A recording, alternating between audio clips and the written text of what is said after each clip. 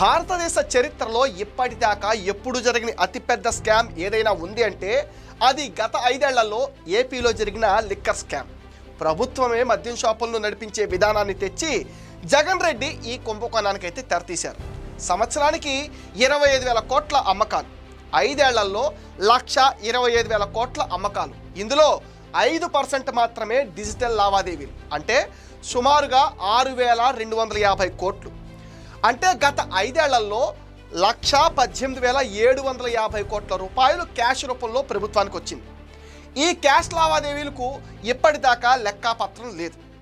ఎంత అమ్మారు, ఎంత వచ్చింది, వచ్చిన క్యాష్ ఏం చేశారు అనేది లెక్కలేదు. అంతా దోపిడీనే. జగన్ రెడ్డి డ్రగ్ కార్టెల్ తరహాలో నగదు లావాదేవీలు చేసి దోచుకున్నారని ప్రతిపక్షాలు ఆరోపిస్తూనే ఉన్నాయి. లిక్కర్ తయారు చేసిన డిస్టిలరీస్ వైసీపీ నాయకులవే.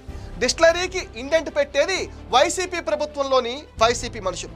ప్లాన్డ్గా ఫేమస్ బ్రాండ్స్ని స్టేట్ నుంచి తరిమేశారు. అప్పటిదాకా పేరు వినని నాసిరకం బ్రాండ్స్ తెచ్చి ఎడాపెడా దోచుకున్నారు. తయారు చేయడానికి 20 రూపాయలు ఖర్చు అయితే 200 రూపాయలకు గవర్నమెంట్కి సప్లై చేశారనే వార్తలు కూడా మనం విన్నాం. అంటే ఇది మామూలు దోపిడీ కాదు. చంద్రబాబు ఈ కుంభకోణం అంతు చూడాలని సిట్టు వేశారు. సిట్టు వాళ్ళకి కుంభకోణం లోతుల్లోకి వెళుతుంటే మైండ్ పోతుందట.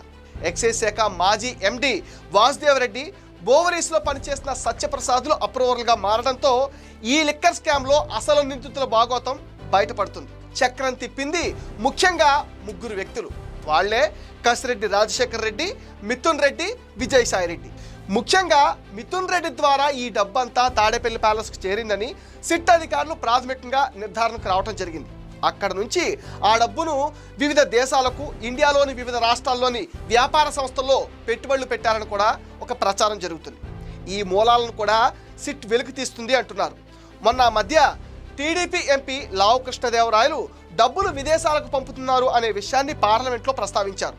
4,000 కోట్ల రూపాయలను జగన్ రెడ్డి తన కజిన్ బ్రదర్ ద్వారా దుబాయ్కి తరలించారని చెప్పడంతో అంతా షాక్ అయ్యారు. మిథున్ రెడ్డి, కసిరెడ్డిని అరెస్ట్ చేస్తే తాడేపల్లి ప్యాలెస్ మూలాలు కదులుతాయనే దాంట్లో ఎటువంటి డౌటు లేదు.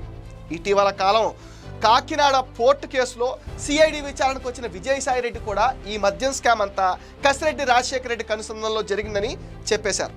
ఫిట్రో కేసులున్న జగన్ రెడ్డికి తెలియకుండా ఇది జరుగుతుంది అంటే నమ్మేవాడెవడు ఆంధ్రాలో లేడు. అంటే కర్త, కర్మ, క్రియ అంతా జగన్ రెడ్డి అన్నమాట. మిథున్ రెడ్డి, కసిరెడ్డి, విజయసాయి రెడ్డిలు కుంభకోణం నడిపిన త్రిమూర్తులు. మిథున్ రెడ్డి, కసిరెడ్డిలను మాత్రం కొద్ది రోజుల్లోనే అరెస్ట్ చేయటం మాత్రం పక్కాని తెలుస్తుంది.